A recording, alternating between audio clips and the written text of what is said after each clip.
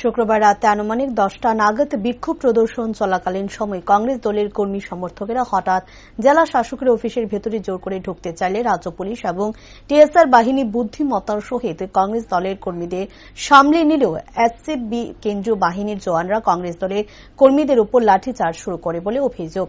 পরবর্তীতে কংগ্রেস দলের কর্মীরা উত্তেজিত হয়ে দ্বিতল বিশিষ্ট জেলা শাসকের অফিসের নিচ তলায় ঢুকে প্লাস্টিক চেয়ার টেবিল সহ অন্যান্য জিনিসপত্র ভাঙচুর করে।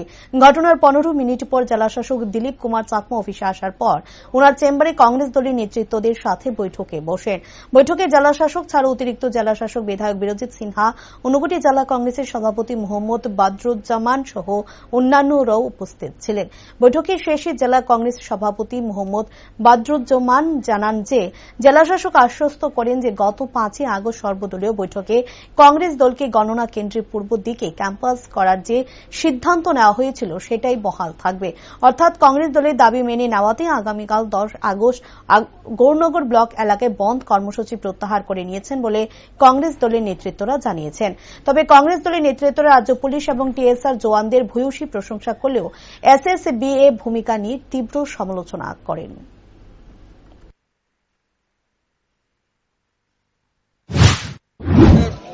সিআইএসএফ ইচ্ছাকৃতভাবে এখানে পরিবেশটাকে দূষিত করছে।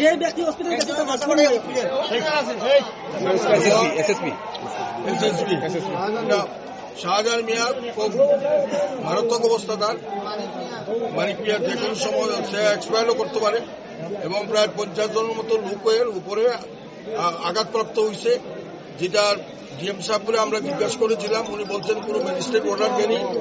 পুলিশ অফিসারদের জিজ্ঞাসা করছি, তারাও কোনো অর্ডার দেয়নি। এরা ইচ্ছাকৃতভাবে এখানের পরিবেশটাকে বিনষ্ট করছে। মানে এরা কি মানে পুলিশ, তার মানে কি পুলিশ লাঠিচার্জ করেছে নাকি? পুলিশ লাঠিচার্জ করছে। কে করেছে লাঠিচার্জটা?